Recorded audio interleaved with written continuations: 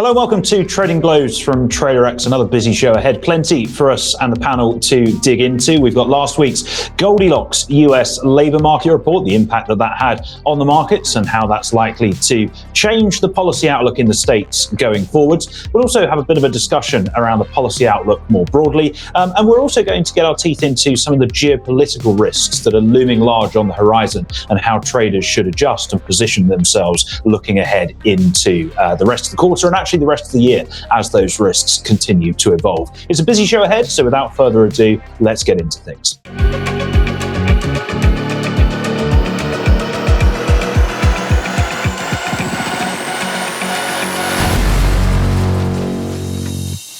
So, as I said, it is a busy show ahead. Let's meet our panelists. As always, they will go head-to-head over 4 rounds, scoring points for a great answer, and they have the threat of points being chalked off, looming over them if a dispute is raised over what they have to say. Of course, the better the response, the more points they will score. Joining us this week from South Africa, Arno Venter, market analyst. Also joining us, Ioan Smith, 20-year-plus market veteran, as well as his Sri Lankan friend in the background there. And last but by no means least, Richard Matthews, the founder and managing director of Pardus FX, a specialist FX provider for corporate, institutional and high net worth clients. And he really couldn't provide me with a description any shorter than that. Without further ado, let's get into the first round.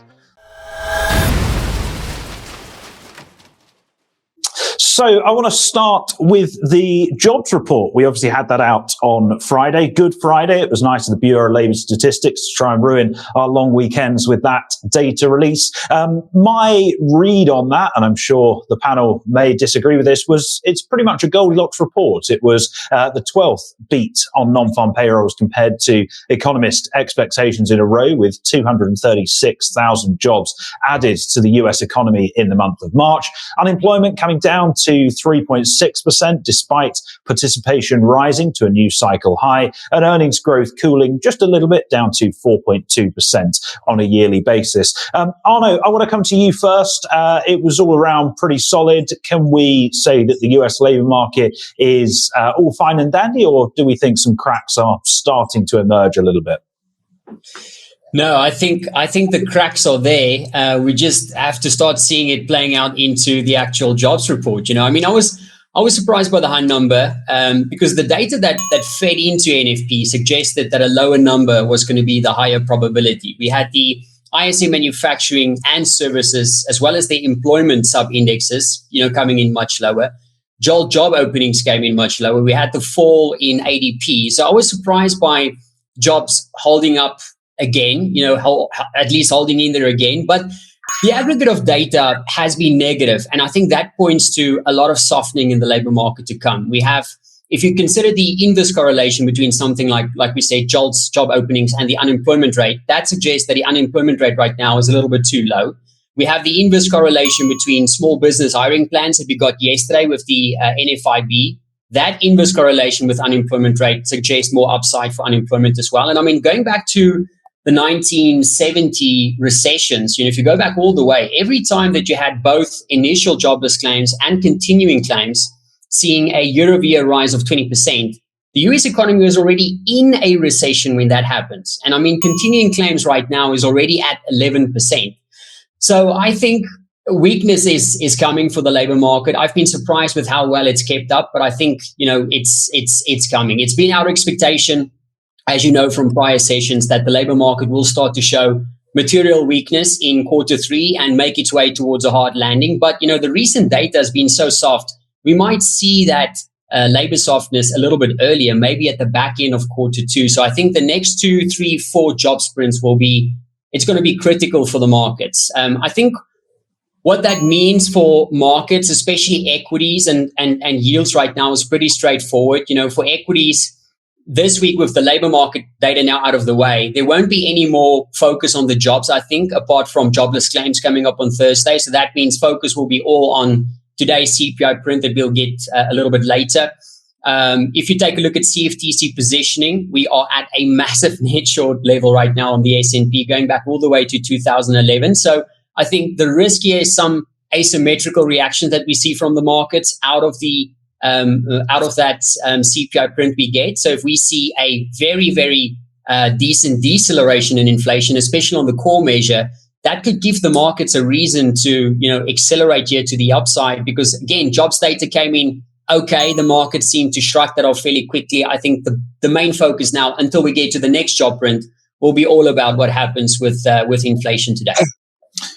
No, I think that's a great point. You mentioned the 70s, so let's go to a man who was trading back in the 70s. Dick, what do you make of all of this? 1973 to be precise, 50th anniversary coming up. So I do remember that. Actually, it's a very interesting point that you make there. The 1970s were very, very different to today. And we were just talking before the show started. I'm working from home.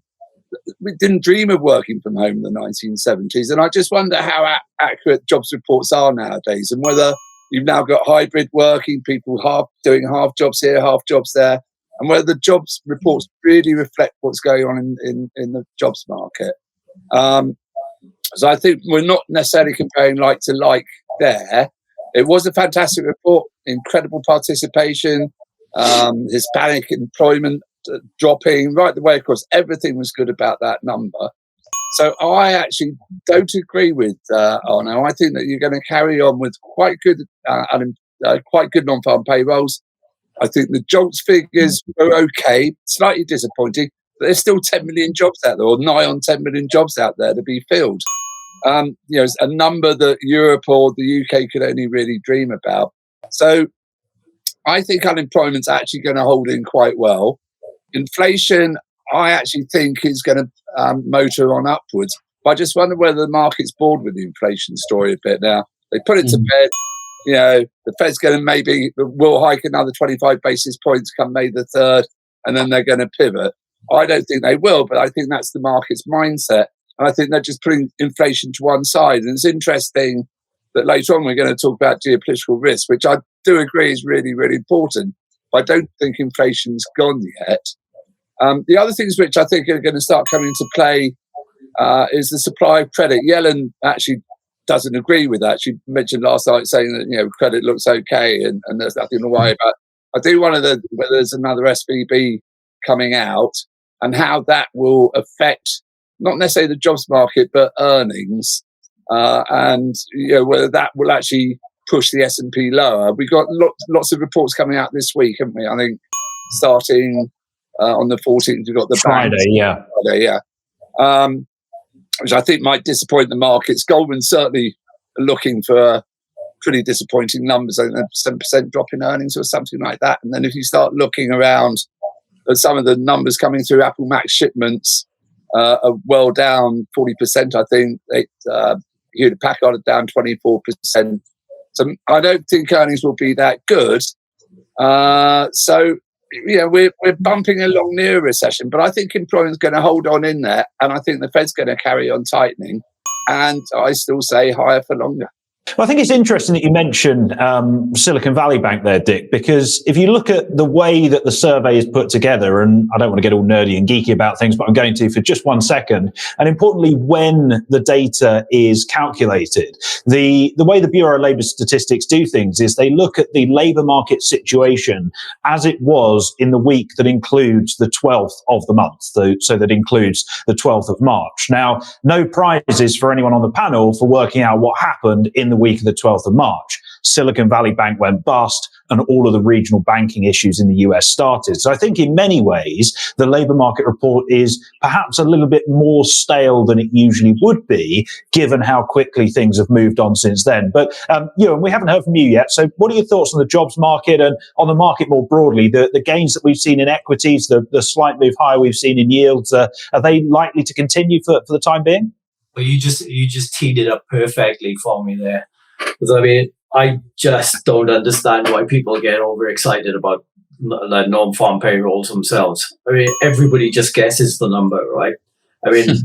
Probably lose points, and you can take me on a -5 or whatever. But how often do you tweet out before non-farm payrolls what your guess is? Oh, every time. And you know what? In 7 years, I've got it right once. You've got that hashtag NFP guesses, which is almost as bad as that self-styled, FinTwit, where they're doing Draghi tie guesses, where they used to guess what color Draghi's tie was, like during ECB meetings. But I mean, there's such a wide range. I mean, it just shows like how statistically impotent the number is. I mean, you had that financial, news TV show. I think it's the acronym for "can never be correct." They used to have a segment slot where they'd have talking heads come on and just basically guess the number, and the segment slot was called Delivering Alpha. I mean,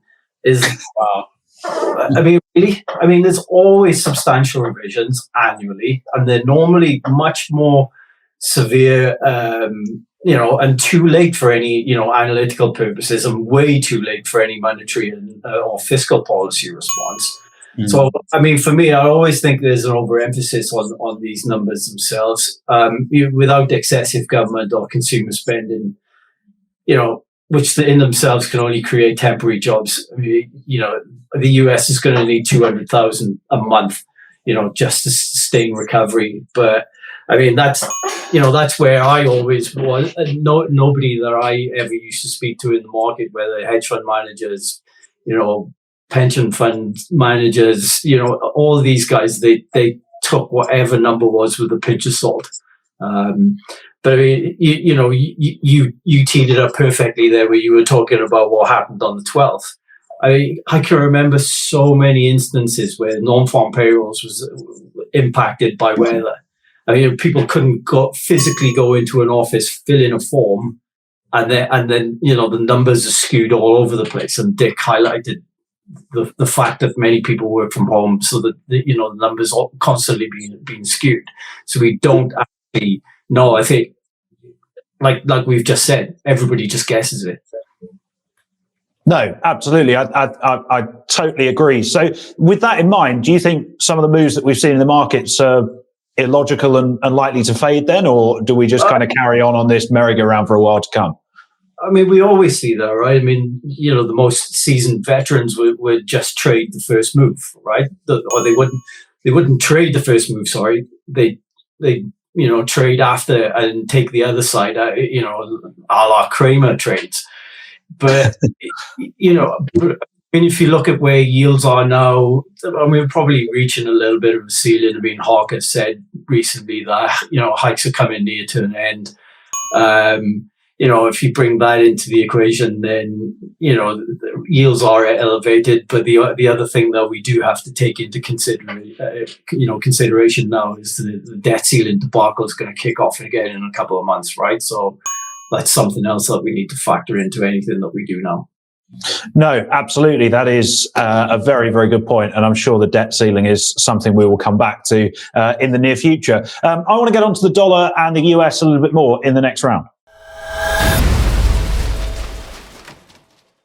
So, Dick, I want to start with you here because I know you've been bullish on the dollar for some time. The dollar is, I mean, this week's been pretty flat before the CPI number. Just before anyone comes at me for that, we're recording this Wednesday morning. The CPI number isn't out yet.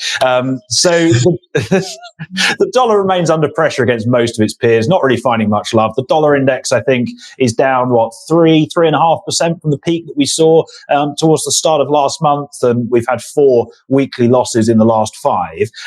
Do you think that the dollar is going to continue softening, or is it still a case that actually in your mind the dollar is the best of a bad bunch and that's all that's really worth buying at the moment, despite the fact that the market really isn't feeling that at the minute?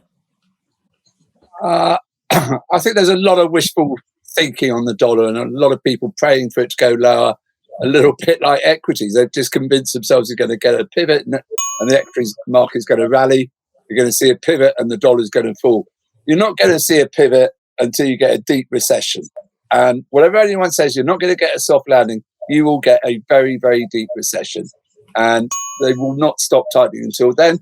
So fundamentally, I still think that rates go higher. I've said it before and I'll say it again. I think they go to 6% before they peak. And I think that they won't cut this year. A brave comment, no doubt that will come back to Kyriakos, just clip that up, please. Yeah. We need that. I will wear that around my neck. It's still a reserve currency. Again, lots of wishful thinking. Oh, it's the end of the petrodollar. It's this, it's that. It's not. It may be one day, but certainly not this year. I still have little bits of worry about the geopolitical situation. I know that we come on to that in a little bit of time, but it's still a safe haven currency. And as you say, it's the best of a bad bunch. You can't really buy Swissy anymore. If you're looking for safe haven currency, you buy the yen or the dollar. And I still would favour buying the dollar. So I think that the death of the dollar is exaggerated, and people are much, much too early on that. And if I was going to have a trade, I'd short cable. And I probably wouldn't even short cable. I'd just buy out of the money puts on it. I think the markets are actually range trading quite tightly at the moment. It tried to break up last week, tried to break that 124.65 is it level. Can't quite do it. It just seems to be range trading. For me, the balance is that you'll get some nasty shock somewhere in Ukraine, in Israel, in Syria. Somewhere along the line, there could be a nasty shock, and you'll see people fly into the dollar. So I think it's miles too soon to get short of it. Well, hold that thought on geopolitical risk, because we will come back to that, as you alluded to a little bit later on. I do think it's interesting, all this death of the dollar nonsense. It seems to do the rounds every now and again, and the intervals between those stories doing the rounds seems to get shorter and shorter every time. So, as Ioan said earlier, I think the financial media are struggling to find things to talk about. Speaking of the devil, we'll go to you. What are your thoughts on the greenback and the FX space more broadly at the moment? As Dick said, we are in a bit of a range. Do you think that gives way and breaks anytime soon? Well, I don't know. I mean, it's just to touch back on the the US dollar losing its reserve currency status. It's just nonsense. I mean, when you look at Russia freezing, the US freezing the Russian FX reserves last year. I mean, it showed that any arrangement other than say probably physical gold would be a massive geopolitical risk. I just think it's unlikely. I mean, it's not the petrodollar, the Bretton Woods that keeps the dollar the reserve currency. It's the American consumer, right? So, foreign countries in dollars, so that they got the opportunity to conduct business with the world's biggest consumer, right? So, having said that, this emerging market, or the emergence of BRICS as a trading bloc, it's highly probable that demand for US dollars will increase over time. But the one problem is that emerging market dollar denominated debt is over $4 trillion. So servicing and rolling over the debt, means that the demand for US dollars is probably going to persist for quite some time anyway. Over the near term, it's probably due a bounce. I'm looking more specifically at Harker's comments recently, like we just alluded to earlier, where they're probably getting quite close to the end of their tightening cycle, and then as Dick alluded to also there, that you have the geopolitical risk that we'll come on to a bit later on. That all that comes into play. And should be dollar supportive over the near term, but again, reverting back to the debt ceiling issue, I think that's something that we have to consider as well.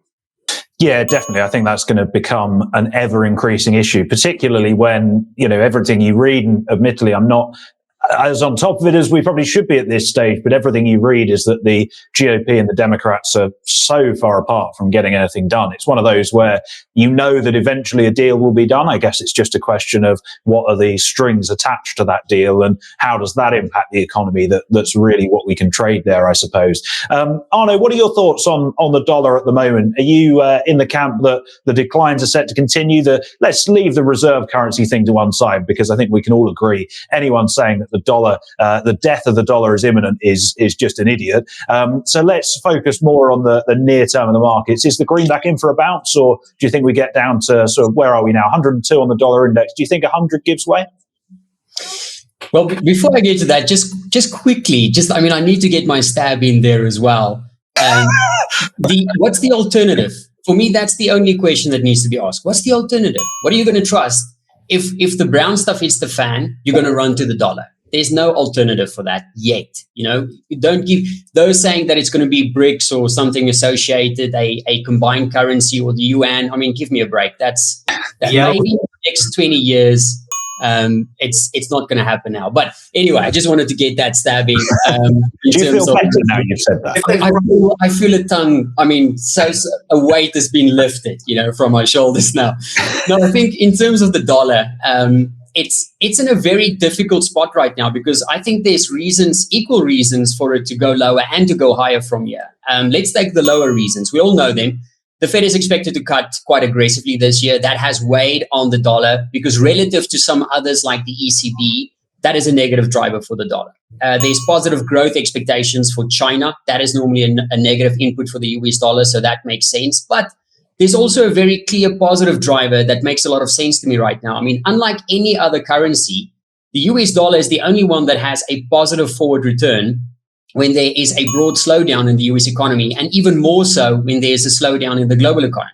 Now, if my view is right and the US economy slows down from here or continues to slow down from here, that's going to have repercussions for the global economy, which means that the worse things get on the data side, I think the greater the risk will become that the dollar will start trading more like a safe haven as opposed to trading more cyclically when it comes to US economic data. I think last week's price action to the price reaction to the growth data was quite interesting because we saw some initial sell-offs in the dollar after the much worse than expected growth data, but then it started to rally shortly afterwards. And we saw the exact opposite reaction for equities, where equities had that initial pop higher, bad news being good news, and then it sold off aggressively afterwards. So I think those subtle changes in the way that the markets are reacting to the growth data is very important for the US dollar right now. So I think the worse that things get from here, on the growth side specifically, that could start to eventually benefit the US dollar.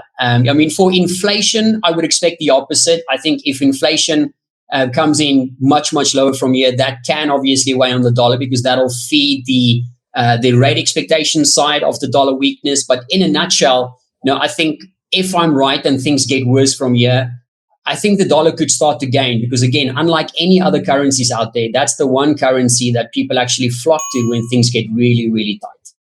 No, I think that's a really good point. And it's an interesting one because, as you say, we're kind of in the middle of what you'd call the dollar smile at the moment, where, traditionally, and I don't want to steal your thunder here, the dollar rallies when either we're massively risk off or the US is outperforming its global peers. At the minute, everyone's kind of going soft landing, slow down, everyone's slowing down. There's no real reason to be buying into the dollar. But as you say, if you start to see a bit of divergence and actually other DM economies slow and enter recession quicker and deeper than we see in the States, then that is going to be a catalyst for dollar upside. At least that's just my if you look at your year-over-year price returns for something like the S&P, like to Dick's point, everybody thinks that if the Fed stops hiking rates and they pivot, then it's going to be positive for equities. The history suggests that when they need to pivot and start cutting because the economy is doing so bad, that has never been positive for equities, ever. You normally see equities, once the recession hit,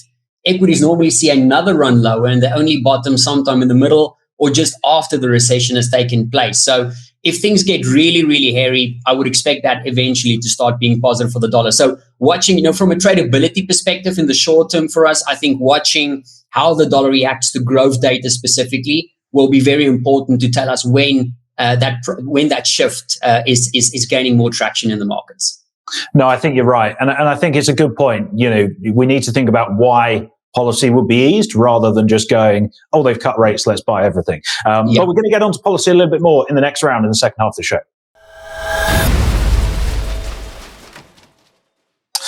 Good stuff. So policy, as I said, we want to get into that in a little bit more detail. Obviously, the market continuing to price in somewhere between 50 and 60 basis points worth of cuts from the Fed by the end of the year. Again, obviously, this is Wednesday morning. That may change after the CPI data. But outside the Fed, things are starting to get quite interesting. I think last week, again, may have flown a little bit under the radar. We had some policy decisions down under, the Reserve Bank of Australia leaving rates unchanged. But then the day after, the Reserve Bank of New Zealand saying, well, we're not holding back at all. We're going to hike by 50 basis points, which was double what markets had priced in and what economists were expecting. Ioan, I want to go to you first. Do you think higher for longer is still a thing, like Dick was saying earlier, or is this now a case of the market really starting to anticipate who cuts first and who cuts the most? I don't think we're at the stage higher for longer. Well, having said that, I do think we've found a higher low, if that's a way that you can describe rates themselves.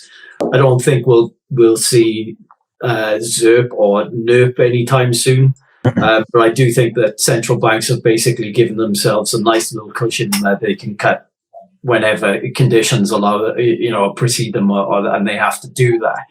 I mean, there are, about 2 or 3 things that we should look at, why we're getting close to the rate hike cycle, especially in the US. I mean, economic activity is, starting to soften a little bit as the rate hikes have started to gain a little bit of traction.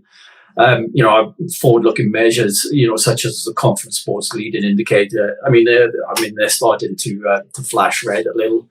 The labour market's starting to show tentative signs of turning. I'm not talking specifically about non-farm payrolls because I don't care about that, but other things. Demand for workers does appear to be to cool in a little. Layoffs, especially in the tech sector, are becoming a little bit more widespread. We've seen chip manufacturing sort of start to be cut a little. So, and then on the third point, I mean, we always have to hark back to inflation. It's moderated, and I know you referred to CPI data coming later. Core CPI itself has been, falling for 6 or 7 consecutive months now. So, I mean, these are all considerations that we need to, to take into account. Having said that, any response now, after quantitative easing and everything, we have to think that QT will probably have to run alongside fresh central bank liquidity. So if central banks keep the taps open or they keep fluctuating all the time, then you buy. I mean, that's as simple as it gets.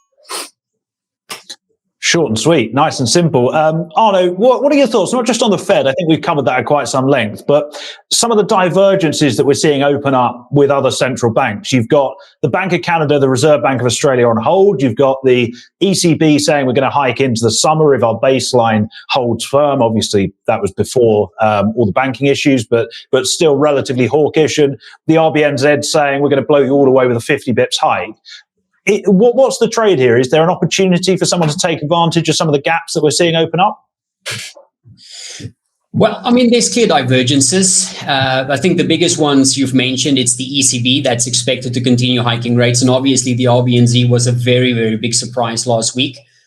For now, though, trying to take advantage of those divergences is problematic, to say the least, because I find it quite surprising that because if you take a look at the price reaction for something like the Kiwi versus the euro, now, again, you can say that it's risk sentiment, but equities have been rallying. You can say that it's commodities, but commodities have been broadly well supported. So currencies like the Aussie downside makes sense from an RBA perspective, but downside for the Kiwi versus almost everything else with a very, very clear differential doesn't really make a lot of sense. Growth is looking better in New Zealand versus, let's say, Europe.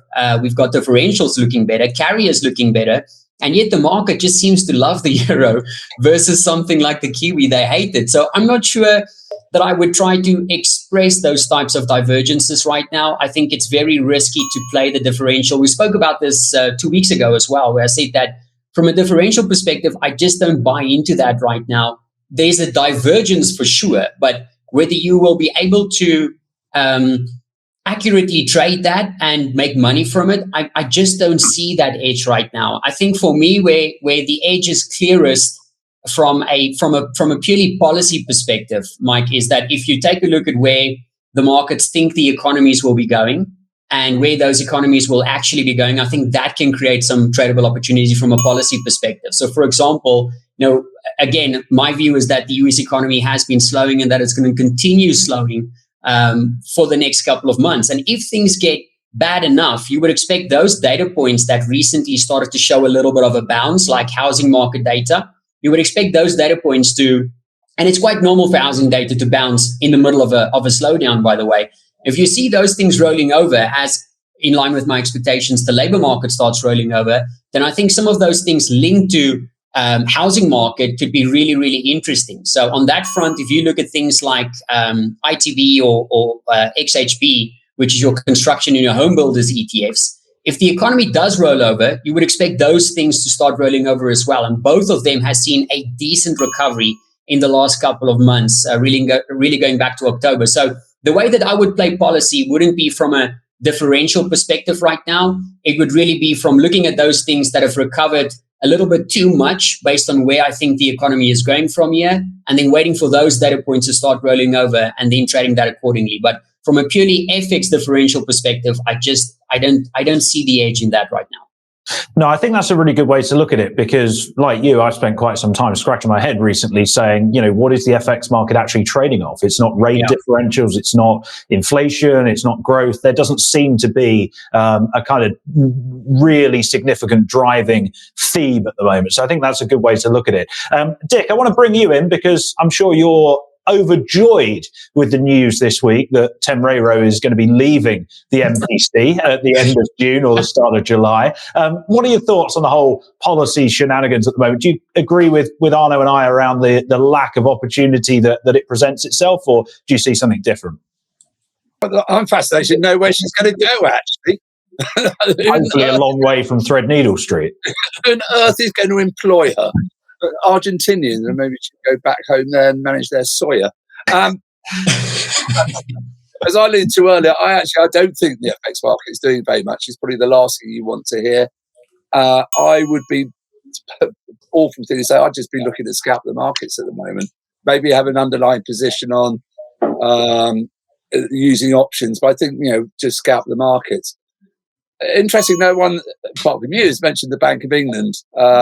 And I think the policy is not necessarily divergence. I think you're getting inflation divergence. Inflation is still so high in this country, as we all know when we go shopping, and much, much higher than in the States.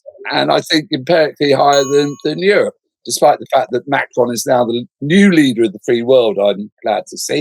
My favourite man. He's probably helping support the euro now that he's buddied up with China and can tell America to go away. So I actually do think you're going to see some central bank divergence. The ECB is being very tough and clear on what they say they're going to do, unusually, and they look like they're going to do it. Obviously, inflation is a really sore point in Germany, and Germany, going back historically, has had huge problems and warlike tendencies after bouts of high inflation, so it makes them overly sensitive, and that does push the ECB more than it normally would move. And then we've got the dear old Bank of England, who I just don't think they've got a bloody clue. I actually almost tempted to send Bailey a definition of inflation, because I think they let it get out of control. Will they raise rates again? I wouldn't bet on it. I'd have an equal, probably even money bet that they'll cut before they raise. So that's a personal concern over here. So there will be some divergence. I think the ECB, as I said earlier, is very clear what they're trying to do. The Fed, I think, you probably get one more rise and they'll hold. And the Bank of England, God knows what they'll do. Megan Green, I don't know, is she a bit of a hawk or is she a dove? I don't know huge amounts about her, whether that will affect what happens over here. The only other things I just worry a little bit when I look at people and say, "Oh, inflation's dead," and I know it's a bit like going back when I was in the war, when I was on the floor. I think it's a new expression, but I do remember the 70s and I do remember the 80s, and inflation isn't like a tap; you just don't turn it off and it goes away.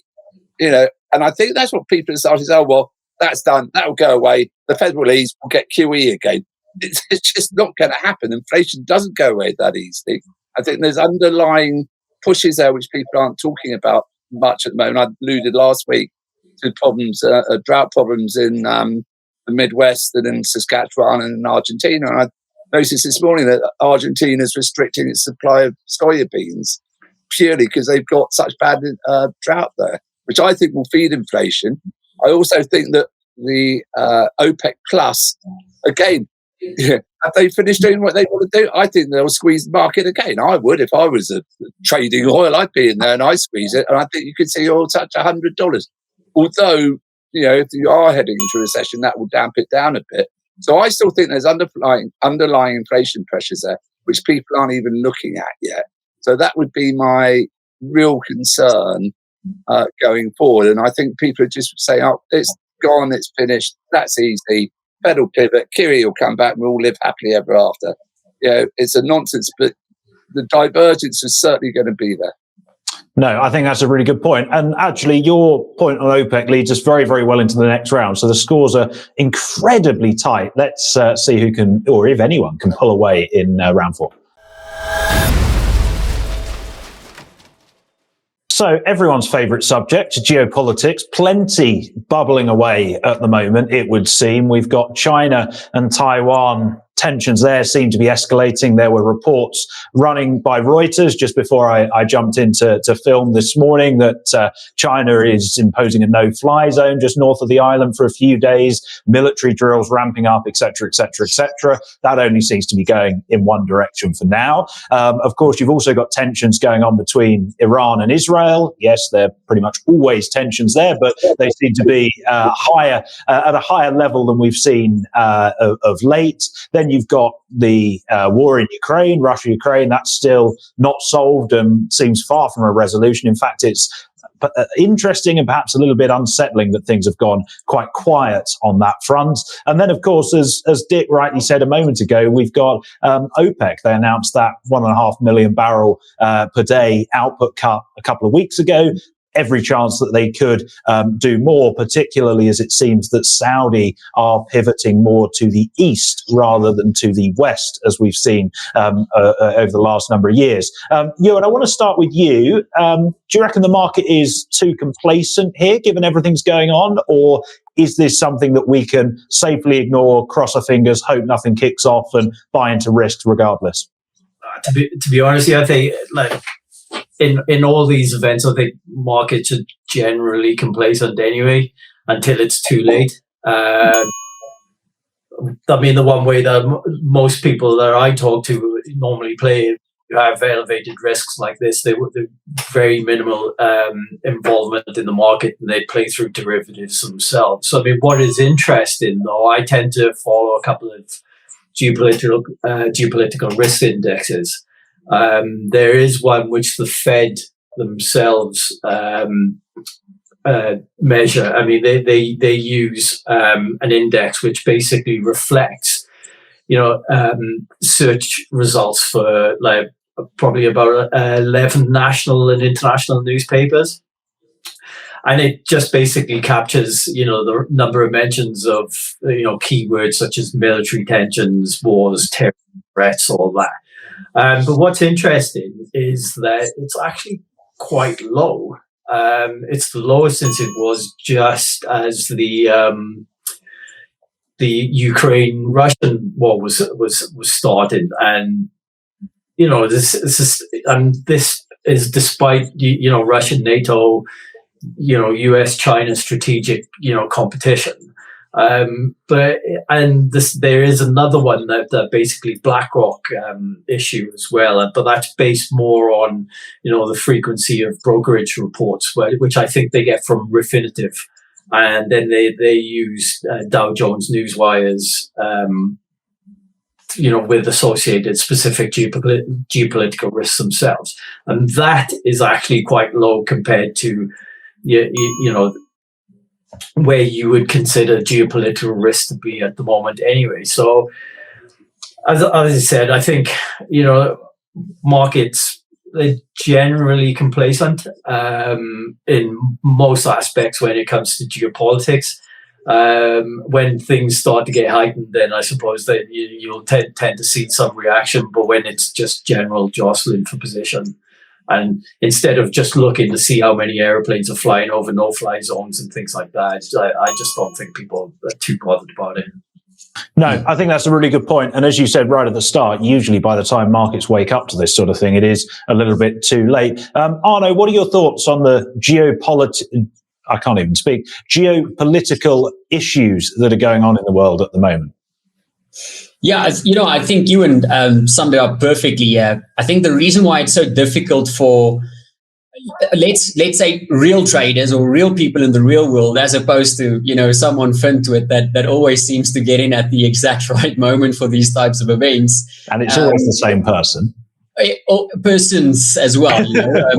So I think the reason why you can't position for it, well, at least real people can't position for it, is because it's impossible to hold that view, carry that view.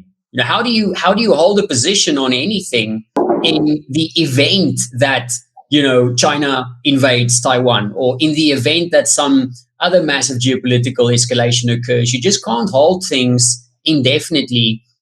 Waiting for that to happen.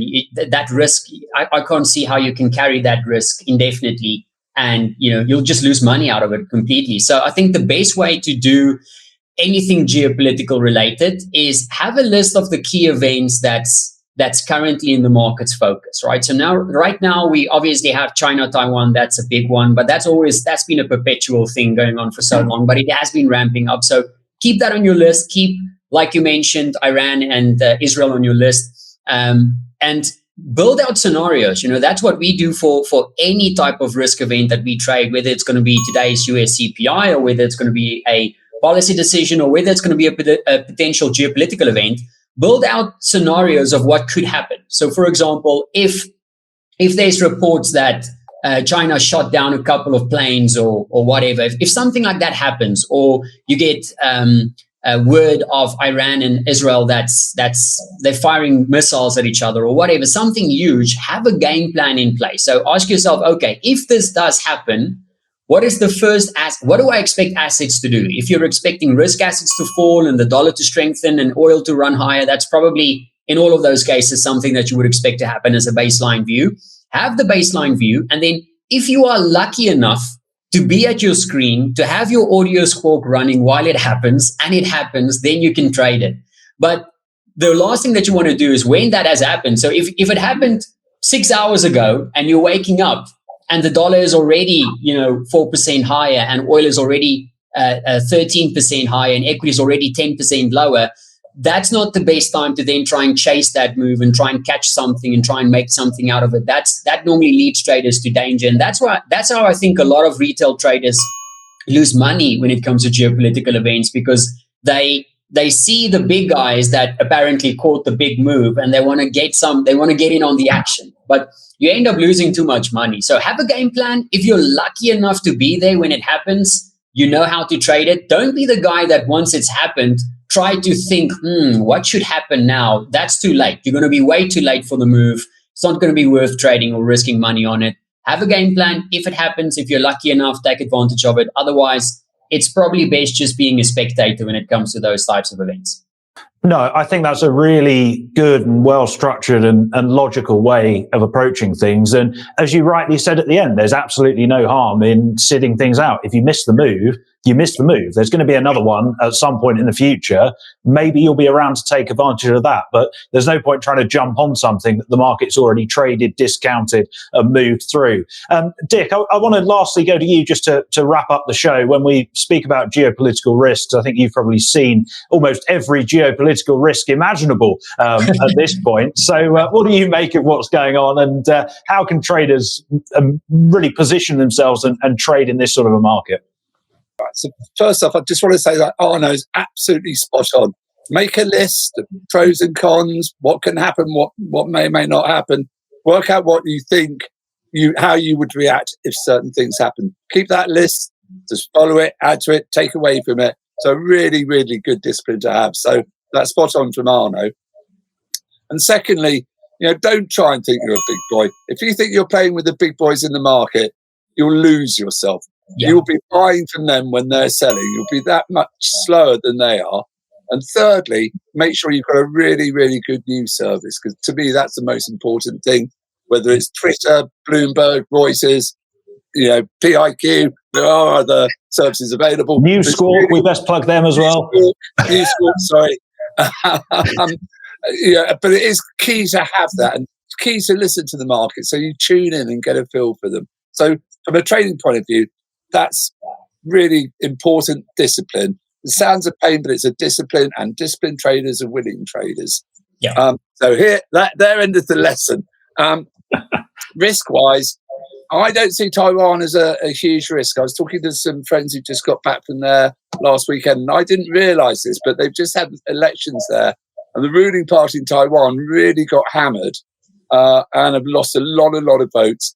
And my friend, who's actually English, was inferring to me that he thinks that Taiwan will do a deal with China and it'll become a special administrative region of China, a la Hong Kong, within the next year or so. They've got general elections there in 2024.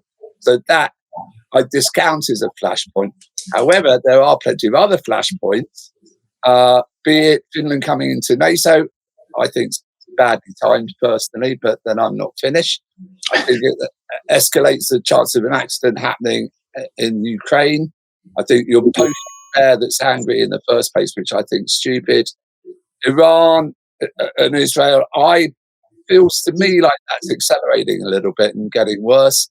So I've been watching that very, very closely. One or two odd things going on in Syria. And I know that Michael's probably going to laugh at this because I've got an obsession about this. There's an awful lot of train crashes happening in the States. So I just wonder whether there's a bit of sabotage going on over there. And then, how would I play it? I think the VIX tends to trade a little bit too low, so I'd be keeping an eye on that. I wouldn't want to get involved in anything else than that. If something really kicked off, I guess you get the old knee-jerk reactions of buy gold and buy oil or whatever. So I'd just be really, really careful. And as Arno says, there's no point in having a long-term position on because you never know when something's going to happen. Yeah. So be prepared to put a position on and keep it there. And just one last point, which no one's mentioned today, the leaks on the secrets which have been dripping out on the news channels in the last 24 hours. I think that might have an impact. There might be something which could be really, really embarrassing all the way around. Yeah, definitely. That is a very good point. And like you say, it doesn't seem to have got the coverage that it deserves. In any case, we are out of time. So that brings us to the end of the show. Let's have a look at the final scores. Well, I think you would have got very long odds on this outcome about an hour ago. Dick, congratulations. What are you going to get? A golden spoon rather than the usual wooden spoon? Thank you very much. I must work from home more often. That must be who it is. Who have you got in your office helping you, feeding you with answers this week? It's Pepper the dog who's lying here underneath.